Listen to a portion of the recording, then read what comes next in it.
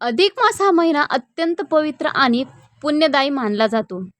या महिन्यात केलेली पूजा, जप, दान आणि सेवा अनेक पटींनी आपल्याला शुभ फळ देतात असे शास्त्रामध्ये नमूद केले आहे. आजच्या व्हिडिओमध्ये आपण जाणून घेणार आहोत अधिक मासामध्ये कुलदेवीची सेवा कशी करावी, कोणकोणते नियम पाळावेत, कोणकोणते उपाय करावेत आणि यामुळे आपल्या घरात कोणते शुभ बदल घडतात हे पाहणार आहोत. आता अधिक मासाचे महत्त्व काय? अधिक मासाला पुरुषोत्तम महिना असेही म्हटले जाते.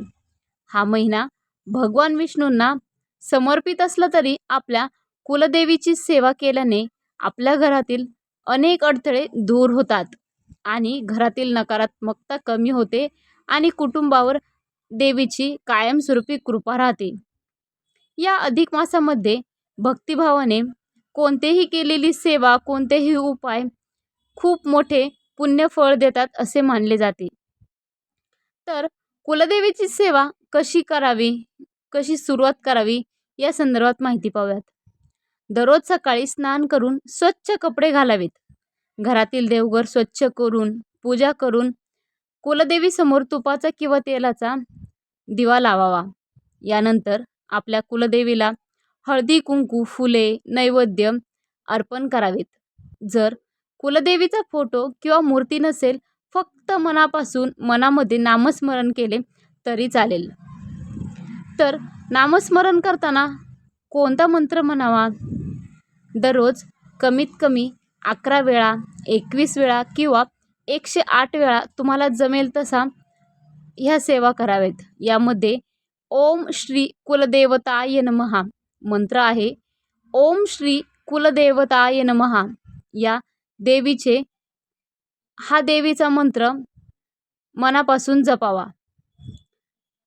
मंत्र जपताना किंवा सेवा करताना कोणते नियम पाळावेत?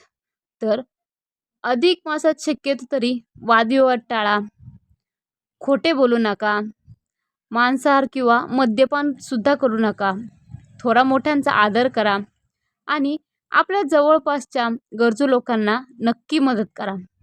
आणि या महिन्यामधला थोडा तरी वेळ, रोजचा थोडा तरी वेळ आपल्या देवभक्तीसाठी, मंत्र जपासाठी नक्की द्या.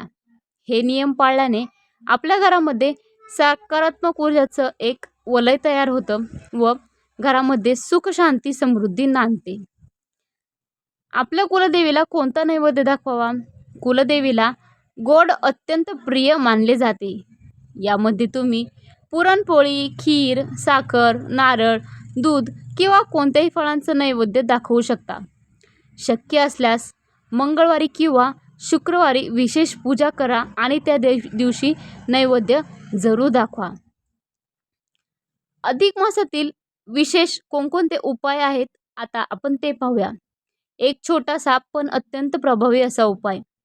दररोज संध्याकाळी देवीसमोर एक तुपाचा किंवा तेलाचा दिवा न चुकता लावा आणि आपल्या मनामध्ये असणाऱ्या इच्छा देवीसमोर व्यक्त करा.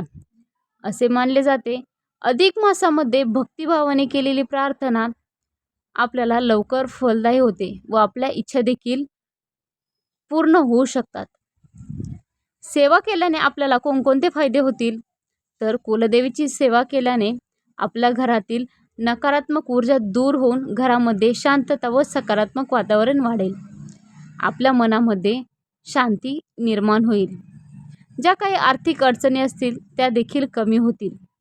कुटुंबामध्ये सुख, शांती वाढेल आणि आपल्या कुलदेवीची कृपा आपल्यावर कायमस्वरूपी राहील.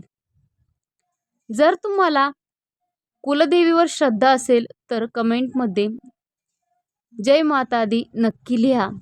हा व्हिडिओ आवडला असेल तर लाईक, शेअर आणि चॅनलला सबस्क्राईब करायला विसरू नका.